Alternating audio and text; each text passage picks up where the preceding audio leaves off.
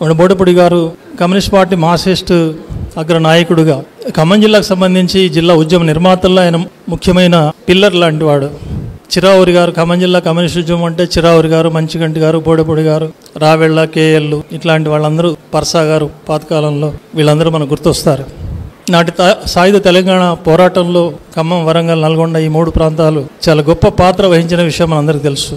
ఆ ఉద్యమంలో చిరావురి, మంచిగంటి లాంటి వాళ్ళు దళాలకు నాయకత్వం వహించి జైళ్ళకు వెళ్ళి సుదీర్ఘకాలం జైల్లో ఉన్న అనుభవం అయితే, వాళ్ళందరూ కొరియర్గా పనిచేస్తూ కాలినడకన్న పత్రికను కొన్ని మైళ్ళు అంటే సుమారు గండగలపాడు నుంచి బయలుదేరితే, మా అందరికీ తర్వాత ఆయన చెప్పిన విషయాలు పాతకాలం నాటి సంగతులు, గండగలపాడు నుంచి బయలుదేరి కాలినడకన కొత్తగూడెం దాకా పోయి పత్రికలు పంచేవాళ్ళు. ఇప్పుడు పత్రిక పంచడం అంటే మనం పక్కింటి పోయి పంచడానికి కూడా చాలామంది కార్యకర్తలు సిద్ధం కావట్లేదు.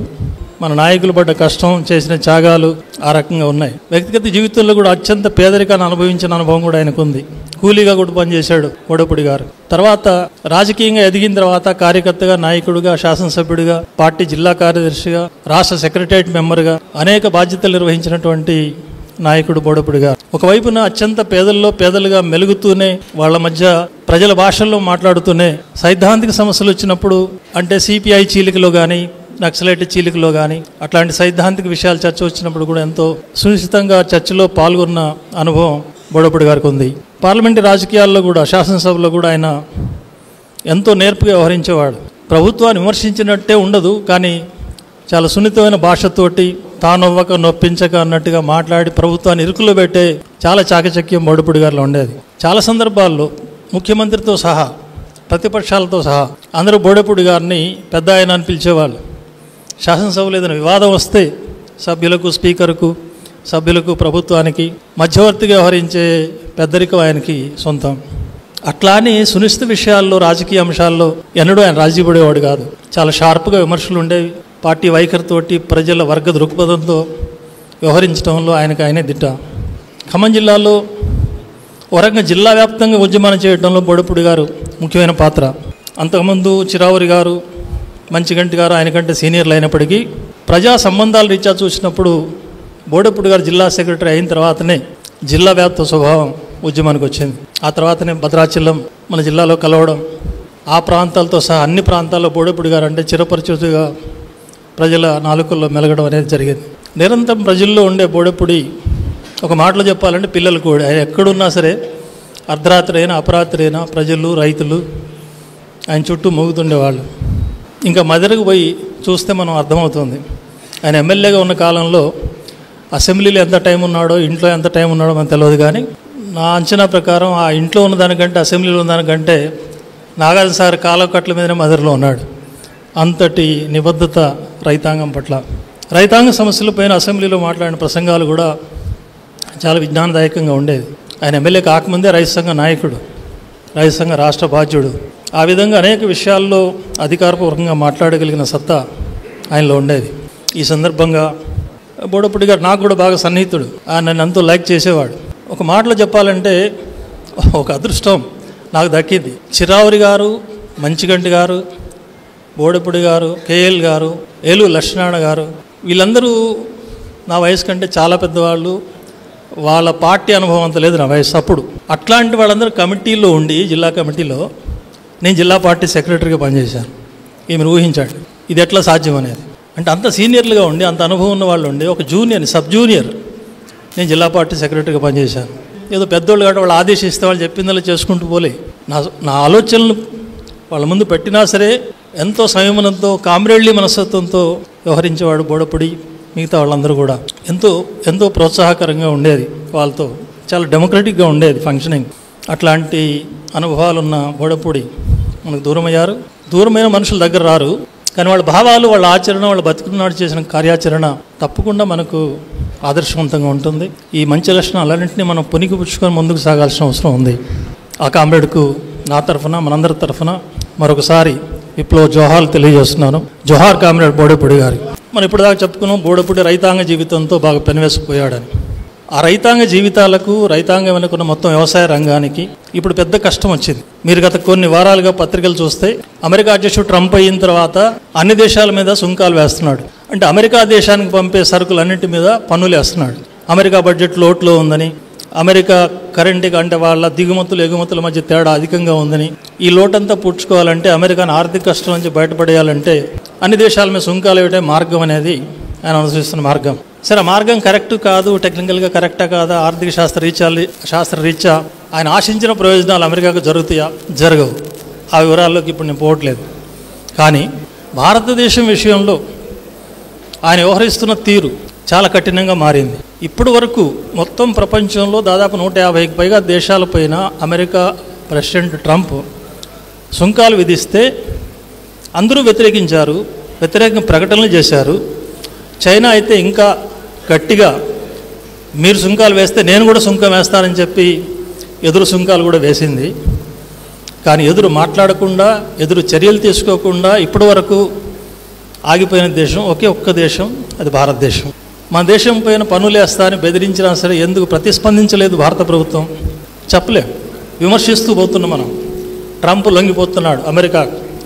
ట్రంప్ వ్యక్తిగతంగానే కాదు, భారత ప్రభుత్వ విదేశాంగ విధానమే అమెరికాకు దగ్గరగా జరుగుతోంది. ఇది నష్టం మన దేశానికి, మన దేశ సార్వభౌమత్వానికి, మన దేశ వ్యవసాయ రంగానికి నష్టమని పదే మనం చెప్తున్నాం. అలా కాకుండా ట్రంప్ను సమర్థించే వాళ్ళు, ట్రంప్ గారికి చాలా పెద్ద స్నేహితుడు, చాలా గుడ్ ఫ్రెండ్, ఆయనకి కనపడ్డబడాలు కావలించుకుంటారు, పెద్ద పెద్ద ఫోటోలు దిగుతారు, పత్రికలకు ఇస్తారు. ఆయన కలిసినప్పుడు ఈయన ఫ్రెండ్ అని పొగుడతాడు, ఈయన కలిసినప్పుడు ఆయన ఫ్రెండ్ అని పొగుడతాడు. కాబట్టి ఈ ఫ్రెండ్షిప్ వల్ల సుంకాలు పెద్దగా వేయడు, మన చాలా దయతో చూస్తాడు ట్రంప్ అనే నమ్మకం ఇప్పుడు దాకా ఉండేది. గత వారం రోజులుగా ఈ నమ్మకాలన్నీ పటాపంచలైపోయాయి. ఇంకా చర్చ జరగకముందే ఒకవైపు చర్చలు జరుగుతున్నాయి. మన పీయూష్ గోయల్ వీళ్ళంతా అమెరికా వెళ్ళారు, చర్చలు చేశారు. అమెరికా నుంచి బిసెంట్ వాళ్ళ ఆర్థిక మంత్రి ఇక్కడికి వచ్చాడు, మాట్లాడాడు. వైస్ ప్రెసిడెంట్ జేడి వాన్స్ వచ్చాడు, మాట్లాడాడు. మాటలు జరుగుతూనే ఉన్నాయి. ఇంకా కొలిక్కి రాకముందే 30వ తేదీనో 31వ తేదీనో పోయిన నెల లాస్ట్లో ఒక పిడుగు పడేశాడు ట్రంప్. ఇండియా పైన కూడా 25% పన్నులు వేస్తున్నాం, సుంకం వేస్తున్నాం. ఇది చాలా ఎక్కువ. మన పక్కన ఉన్న శత్రు దేశం పాకిస్తాన్ మీద 19% వేశాడు. యూరోపియన్ యూనియన్ దేశాల మీద 15% వేశాడు. ఇంకా కొన్ని దేశాల మీద 10% వేస్తున్నాడు. చైనా మీద చాలా ఎక్కువ వేశాడు ముందు, తర్వాత గట్టిగా ఎదురు తిరిగిన తర్వాత వెనక్కి తగ్గిపోయాడు. కానీ మన దేశాన్ని మాత్రం వదిలిపెట్టకుండా ఫ్రెండ్ అనుకుంటూ 25% వేశాడు. ఇది చాలా అన్యాయం అనేది మన వాళ్ళంతా మలగులాలు పడుతున్నారు. అప్పటికి ఎదురు మాట్లాడడానికి సిద్ధం కావట్లేదు. కానీ ఇప్పుడు ఇంకొక బాంబు వేశాడు మొన్న. 20% సరిపోవట్లేదు. మీరు రష్యా నుంచి ఆయిల్ దిగుమతి చేస్తున్నారు. రష్యా ఉక్రెయిన్ మీద యుద్ధం చేస్తోంది, ప్రపంచ శాంతికి భంగం చేస్తోంది. అక్కడ జనం చచ్చిపోతున్నారు. రష్యాను అన్ని దేశాలు ఖండిస్తున్నాయి, కానీ మీరు ఖండించట్లేదు. ఖండించకపోగా ఆ రష్యా చేస్తున్న యుద్ధానికి మీరు సహాయం చేస్తున్నారు. ఏ రూపంలో? అక్కడ ఆయిల్ కొనటం ద్వారా. ఎవరు ఆయిల్ కొనకపోతే, గ్యాస్ కొనకపోతే రష్యా ఆర్థిక వ్యవస్థ కుప్పకూలిపోతుంది. కాబట్టి మీరు ఆయిల్, గ్యాస్ కొనటం ద్వారా రష్యాకు డబ్బు ఇస్తున్నారు. ఆ డబ్బుతో వాళ్ళు యుద్ధం చేస్తున్నారు. కాబట్టి మీరు ప్రపంచ శాంతికి అన్యాయం చేస్తున్నారని చెప్పి, ఈ కారణం చెప్పి ఇంకొక 25% పన్నులు వేశారు. 50% పన్నులు ఇప్పుడు మనం కట్టాలి.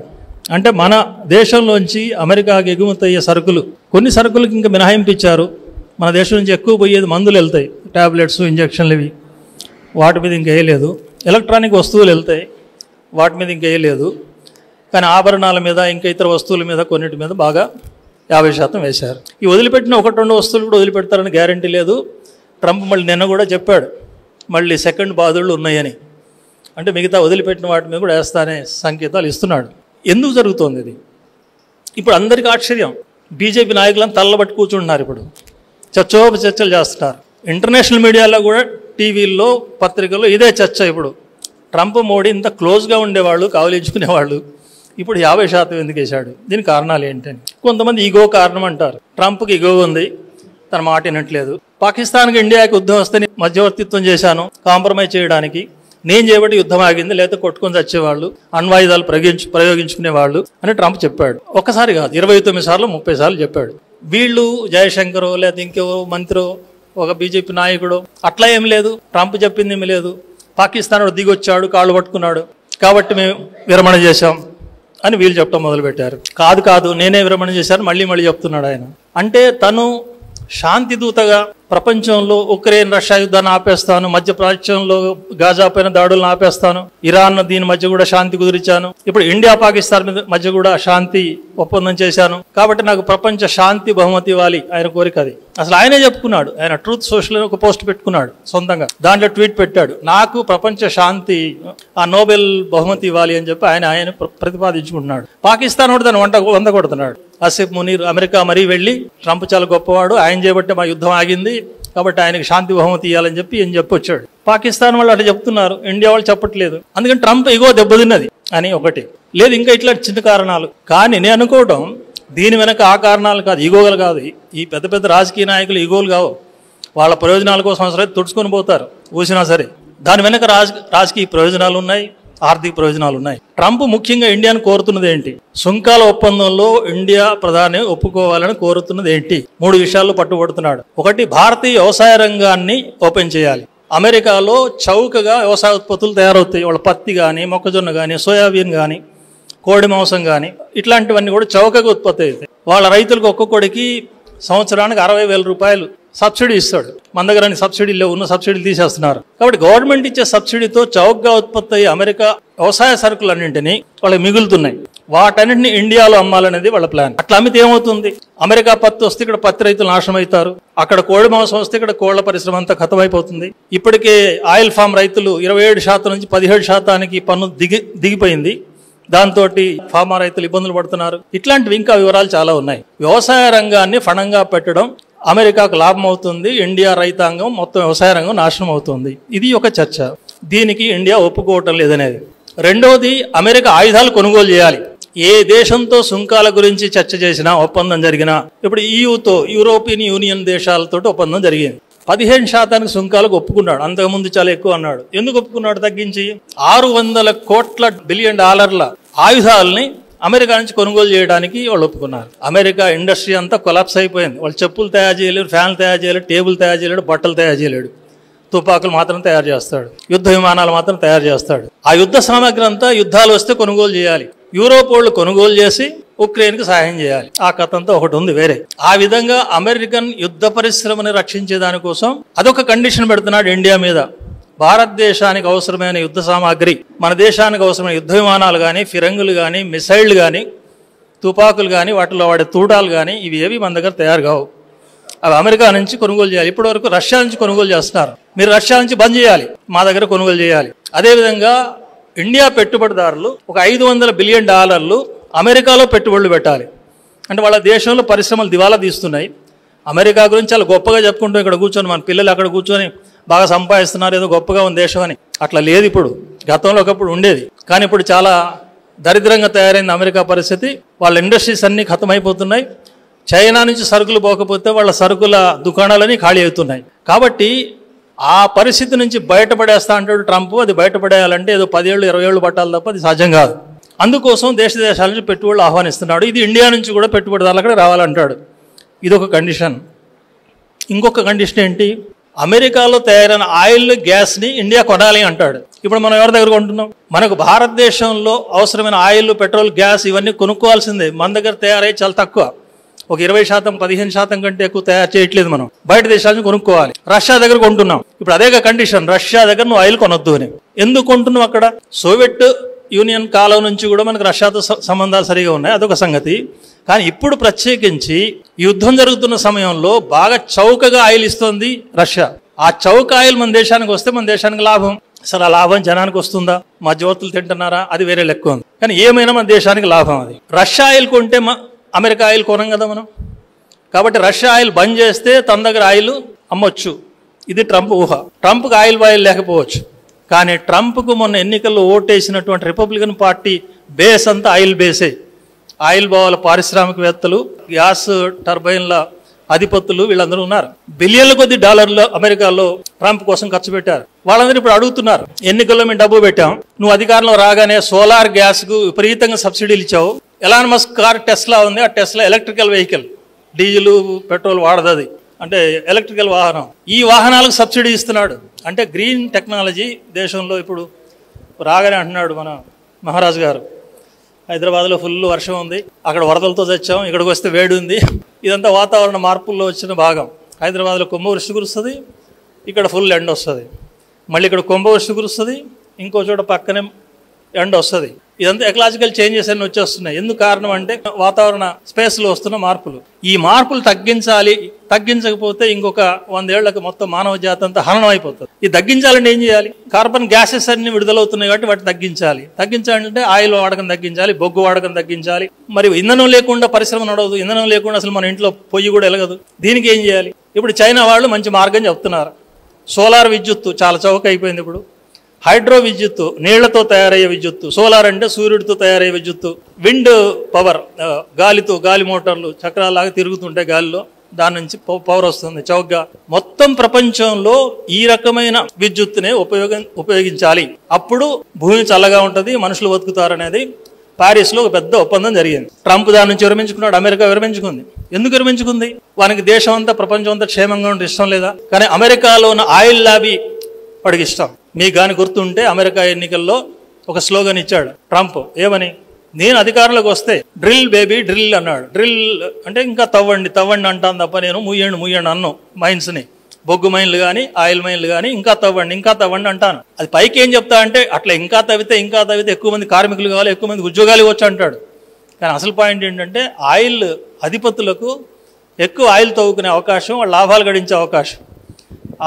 ఆయిల్ తవ్వుకుంటే ఆయిల్ ఎక్కడ అమ్మాలి? అందరు రష్యా ఆయిల్ కొనుక్కుంటే తక్కువ ఉందని తన ఆయిల్ ఎవరు కొనాలి? అందుకే ఇండియా మీద ఒత్తిడి పెడుతున్నాడు రష్యా ఆయిల్ బంద్ చేయమని. మొదటిసారిగా నాకు సంతోషం వేసింది ఏంటంటే మోడీ నుంచి ఒక మంచి మాట వచ్చింది. మోడీ మంచి పని చేస్తాడు, నా నోటితో చెప్పడం నాకు కూడా గర్వకారణం. ఎప్పుడు విమర్శించడమే పని కాదు కమ్యూనిస్టులకు. మంచి పని చేశాడు. ఏం చేశాడు? మేము మా దేశ ప్రయోజనాలు తాకట్టు పెట్టాం, మా దేశానికి ఏది అవసరమైతే చేస్తాం, రష్యాతో కొనుగోలు చేస్తాం, అవసరమైతే నీతో డి సిద్ధమే అన్నాడు. అంత సూటిగా నా భాషలో అనకపోయినా నత్తినైనా బాగానే చెప్పాడు. అయితే ఇది నిలబడుతుందా? భవిష్యత్తులో దేశాన్ని రక్షిస్తాడా? ఇంకో మాట కూడా అన్నాడు, భారతీయ రైతుల కోసం, భారతీయ మత్స్య కార్మికుల కోసం, ఇంకా భారతీయ పాల ఉత్పత్తిదారుల కోసం నేను ఎంతకైనా తెగిస్తాను, తయారుగా ఉన్నానని చెప్పాడు. సంతోషం, వీణులు విందుగా ఉంది ఉపన్యాసం. అయితే నిలబడగలుగుతాడా? ఎందుకంటే అమెరికాతో స్నేహం అనేది ఒక మోడీ ట్రంప్ స్నేహం కాదు, అది ఒక స్ట్రాటజిక్ ఒప్పందాలు ఉన్నాయి, అనేక రకాల బంధనాలు ఉన్నాయి. అసలు మూడులోనే తేడా ఉంది. అమెరికా అంటే స్వర్గం అన్నట్టుగా, చైనా అంటే మన శత్రువు అన్నట్టుగా ప్రజలకు కామన్ సెన్స్లోకి తీసుకొచ్చారు మొత్తం. ఇట్లాంటి పరిస్థితి నుంచి మారడం అంత తేలిక కాకపోవచ్చు. కానీ ఒక తప్పని పరిస్థితి ఇండియాకి ఏర్పడుతోంది. ఒక దారి ఎంచుకోకపోతే, అమెరికా ఆగడాన్ని అడ్డుకోకపోతే మాత్రం దేశం సర్వనాశనం అయ్యే పరిస్థితి ఉంది. మాట అనడమే కాదు, ఆల్టర్నేట్ ప్లాన్స్ కూడా కొన్ని జరుగుతున్నట్టుగా పత్రికలు వస్తున్నాయి. నిజంగా జరిగితే ఫలిస్తే చాలా సంతోషం. ఈ నెలాఖరులో షాంఘై కోఆపరేషన్ మీటింగ్ చైనాలో జరుగుతోంది. అక్కడ షీ జిన్పింగ్ చైనా అధ్యక్షుడు, మోడీ రష్యా అధ్యక్షుడు, వీళ్ళందరూ కలుస్తారు. అక్కడ ఒక చక్కటి ప్లాన్ వేస్తే ఈ అమెరికన్ హెజమోని, దాని ఆధిపత్యాన్ని కౌంటర్ చేసేదానికి ఒక ప్రయత్నం జరగవచ్చు. ఆ తర్వాత జరిగే కృషి ఎలా ఉంటుంది? ఈ లోపుగా ఈ సిగ్నల్స్ అన్ని అమెరికా వెనక్కి తగ్గడానికి ఒక అడుగు వెనక్కేసి మళ్ళీ మేము మిమ్మల్ని దూరం చేసుకోం, కొన్ని ఛార్జీలు తగ్గిస్తాం అని అంటే వెనక్కి పోవడానికి బార్గెనింగ్ టాక్టిక్స్ ఇది. అది ఇప్పుడే చెప్పలేము. కానీ ఒక మంచి మార్పుకు అయితే అవకాశం కనపడుతోంది. ప్రస్తుత రాజకీయాల్లో రైతాంగాన్ని, భారత వ్యవసాయ రంగాన్ని రక్షించుకునేదానికి ఖచ్చితంగా ఈ ప్రభుత్వం పూనుకోవాలని కోరుకుందాం. ఆ రకమైనటువంటి చైతన్యాన్ని ప్రదర్శిద్దాం. ముఖ్యంగా బోడపుడి గారి వర్ధంతి రోజున ఈ పరిణామాలు జరగడం మనం గమనించాల్సిన విషయం. ఆ రకంగా భవిష్యత్తులో బోడపుడి గారిని స్మరిస్తూ ఆయన ఆశయాలు ముందుకు తీసుకోవడానికి కృషి చేద్దామని తెలియజేస్తూ